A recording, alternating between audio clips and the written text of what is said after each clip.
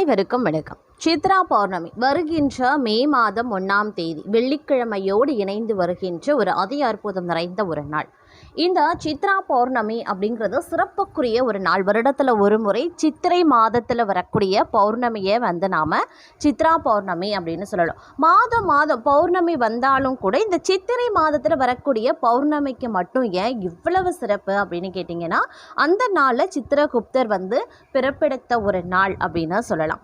அதனால் இந்த சித்திரகுப்தருடைய வழிபாடு நாம் செய்யக்கூடிய பட்சத்தில் நம்மளுடைய என்ன விதமான வேண்டுதல்கள் ஆகட்டோங்க நமக்கு உடனே அது பலித்தமாகும். சில நேரங்களில் பார்த்தோம் அப்படின்னா நம்ம திருமண பாக்கியம் வேணும், குழந்தை பாக்கியம் வேணும் அப்படின்னு சொல்லி வேண்டும்போது அந்தந்த வேண்டுதலுக்கு அப்படின்னு சொல்லிட்டு ஒவ்வொரு திருத்தலம் இருக்கலாம், ஒவ்வொரு இறைத்தலம் இருக்கலாம். கடன் பிரச்சனை தீரணும்னா நம்ம ஒரு இறைத்தலம் போவோம். இல்லை நம்மளுக்கு சீக்கிரம் கல்யாணம் ஆகணும், சீக்கிரமாக குழந்தை பிறக்கணும் அப்படின்னா அதற்கு ஒரு நாம் கோவிலுக்கு சென்று பரிகாரம் பண்ணுவோம். இப்படி ஒவ்வொரு விஷயத்திற்கும் நாம் ஒவ்வொரு இறைத்தலங்களை சென்று தரிசிக்கிறது, பரிகாரம் பண்ணுறது அப்படின்னு சொல்லிட்டு நாம் செய்வோம். ஆனால் நம்மளுடைய அனைத்து வித பிரச்சனைகளுக்கும் ஒரே தீர்வாக இருப்பது அப்படின்னு பார்த்தீங்கன்னா இந்த சித்ரா பௌர்ணமி அப்படின்னு சொல்லலாம்.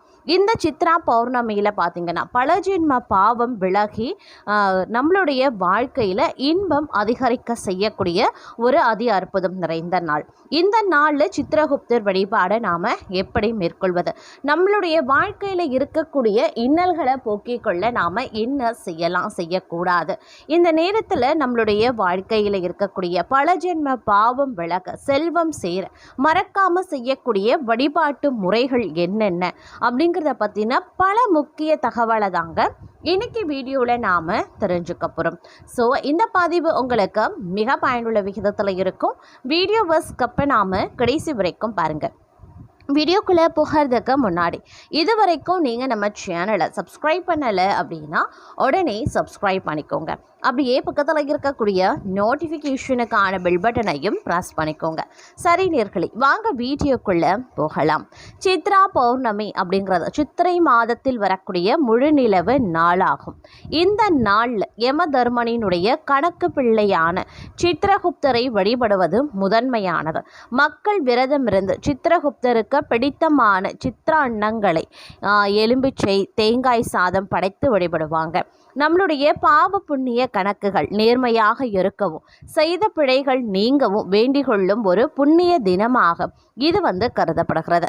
வருடத்தில் வரக்கூடிய 12 பௌர்ணமிகளில் மிகவும் சிறப்பும் தனித்துவமானதுமான நாளாக கருதப்படுவது சித்ரா பௌர்ணமி. இந்த நாளில் செய்யப்படக்கூடிய வழிபாடு சாதாரண பூஜை கிடையாது. அது நம்மளுடைய வாழ்க்கையின் பாவ புண்ணிய கணக்கை சீர் செய்யக்கூடிய ஒரு அதி அற்புதம் நிறைந்த ஒரு நாள். இந்த நாளில் யமதர்மனின் துணையாக உலகத்தில் இருக்கக்கூடிய ஒவ்வொரு உயிரின் செய்கைகளையும் பதிவு செய்யக்கூடிய சித்திரகுப்தரை வழிபடுவதற்கு ஏற்ற ஒரு நாளாக இந்த நாள் கருதப்படுகிறது. புராணங்களின் படி பார்த்தோன்னா ஒரு நாள் கைலாயத்தில் பார்வதி தேவி பொழுதுபோக்குக்காக ஒரு அழகிய ஆண் குழந்தைய ஓவியமாக வரைகிறாங்க.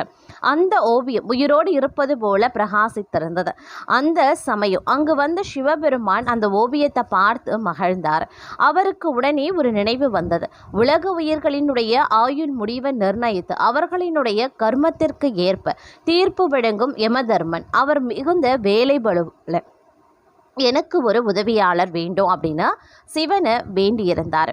அந்த வேண்டுதலை நிறைவேற்றும் தருணம் அது. சிவபெருமான் பார்வதி வரைந்த ஓவியத்தை கையில் எடுத்தார். தன் பிரணவாயுவை அதில் ஓதினார்.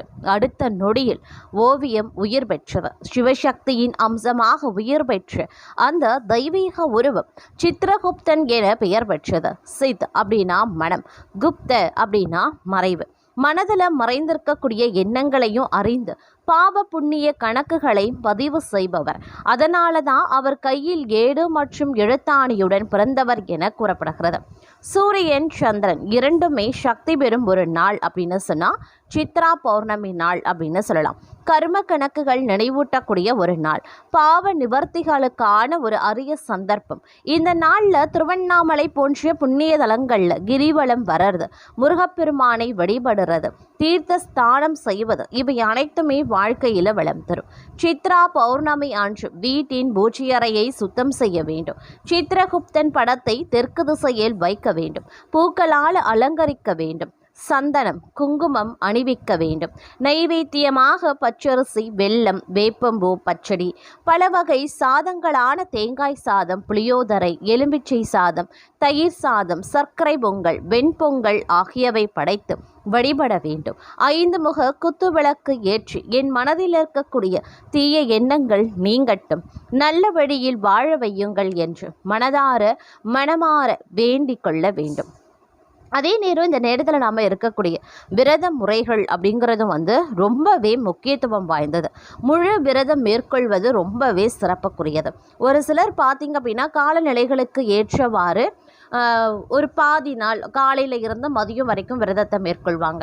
ஒரு சிலரும் மதியத்தில் இருந்து மாலை நேரம் வரைக்கும் விரதத்தை மேற்கொள்வாங்க. ஆனால் இப்படியாக மேற்கொள்வதை காட்டிலும் ஒரு நாள் முழுவதும் நாம் இந்த விரதத்தை மேற்கொள்ளும் போது தான் நமக்கு உரிய பலன்கள் உடனடியாக கிடைக்கப்பெறும் அப்படின்னு சொல்லலாம். இரவு நேரத்தில் நிலவு தரிசனம் செய்ததற்கு பிறகு தான் உணவருந்த வேண்டியது அவசியம். இது மனக்கட்டுப்பாட்டையும் பக்தியையும் வளர்க்கும் ஒரு வழிபாடு. சித்திரகுப்தனுக்கு தனி கோவில் இருக்கக்கூடிய முக்கிய தலமான காஞ்சிபுரம் சித்திரகுப்தன் கோவில், அருப்புக்கோட்டை அமிர்தகடேஸ்வரர் கோவில், திருவண்ணாமலை அருணாச்சலேஸ்வரர் கோவில் போன்ற தலங்களுக்கு சென்று வழிபடுவது மிகவும் சிறப்புக்குரியது. இந்த தலங்களில் சித்ரா பௌர்ணமி அன்று தரிசனம் செய்தால் பாவ நிவர்த்தி, ஆயுள் விருத்தி, மன அமைதி ஆகியவை கிடைக்கப்பெறுவீங்க. சித்திரகுப்தருக்கு படைத்த நைவேத்தியத்தை பசித்தோருக்கு பகிர்ந்து கொடுக்க வேண்டும். இதுவே உண்மையான புண்ணியம் அப்படின்னு சொல்லலாம். இந்த நேரத்தில் நாம் பார்த்தீங்க அப்படின்னா சித்திரகுப்தரை நோக்கி வழிபடும் போது, விரதங்களை மேற்கொள்ளும் போது நமக்கு அதீத நன்மைகள் கிடைக்கப்பெறுங்க. இந்த சித்ரா பௌர்ணமி நாளில் பார்க்கும் பொழுது பூஜை நாம் செய்ய வேண்டியது ரொம்பவே முக்கியமான ஒன்று. இந்த ஆண்டினுடைய முதல் பௌர்ணமி நாளாக கருதப்படும் சித்திரை நாளை, அதாவது மே மாதம் 1ஆம் தேதி பார்த்தீங்க அப்படின்னா நாடு முழுவதும் ஆன்மீக சிறப்புடன் கொண்டாடப்படுது. இந்த நாள் இந்த மாதத்தில் மிகவும் புனிதமாக கருதப்படக்கூடிய இந்த நாளில் ஸ்தானம், தானம், விரதம் மற்றும் பூஜை செய்யறதுனால நமக்கு அனைத்து வித நன்மைகளும் கிடைக்கும். பாவங்கள் நீங்கி நம்மளுடைய வாழ்க்கையில செல்வங்கள் அதிகரிக்க செய்யும். அதனால இந்த நாளில் நாம் தவறாமல் பார்த்தீங்க அப்படின்னா சித்திரகுப்தர் வழிபாடு விரதங்களை மேற்கொள்வது அவசியம். அதே மாதிரி சித்திரை பௌர்ணமி ஸ்தானம் செய்வது ரொம்பவே முக்கியம். சித்திரை மாத பௌர்ணமி இந்து புத்தாண்டின் முதல் பௌர்ணமியாக இருக்கிறதுனால அதன் முக்கியத்துவம் அதிகமாகிறது. இந்த நாளில் ஆன்மீக சக்தி அதிகமாக இருக்கிறதுனால சாஸ்திரங்கள் இந்த நேரத்தில் நாம் விரதங்களை மேற்கொள்வது மிக நன்மையை தரும் அப்படின்னு சொல்லியிருக்காங்க. அது மட்டும் இல்லாமல் விரதங்களை நாம் மேற்கொள்ளக்கூடிய பட்சத்தில் இந்த புனித நாளில் ஆஞ்சநேயரை அவதரித்ததாகவும் நம்பப்படக்கூடிய காரணத்தினால பல இடங்களில் ஹனுமான் ஜெயந்தியாகவும் இந்த நாளை கொண்டாடி மகிழ்ச்சி அடைகிறாங்க. இந்த நாளில் பல சுப நேரங்கள் அமைய பெற்றிருக்கிறது. இந்த நாள் முழுவதும் பார்த்தீங்க அப்படின்னா நல்ல நேரங்கள், அதாவது கௌரி நல்ல நேரம். இந்த நேரத்தில் நாம் தானம் கொடுக்கறது, ஸ்தானங்கள் செய்கிறது அப்படிங்கிறத நாம் செய்யும்போது நமக்கு உடனடி பலன்கள் கிடைக்கப்பெறும். பூஜை முறைப்படி பார்த்தோன்னா அதிகாலை எழுந்து ஸ்தானம் செய்கிறது, சுத்தமான ஆடைகளை அணிந்து பூஜை இடத்தை தயார் செய்ய வேண்டியது முக்கியம். அதற்கு பிறகு விஷ்ணு, சந்திரன் மற்றும் ஆஞ்சநேயர் படங்களை வைத்து தீபம் ஏற்றி பூ, அரிசி மற்றும் துளசி சமர்ப்பிக்க வேண்டும். மந்திர ஜபம் செய்து விரத உறுதி எடுத்து இறுதியாக ஆரத்தி செய்து பிரசாதத்தை நாம் வழங்க வேண்டும்.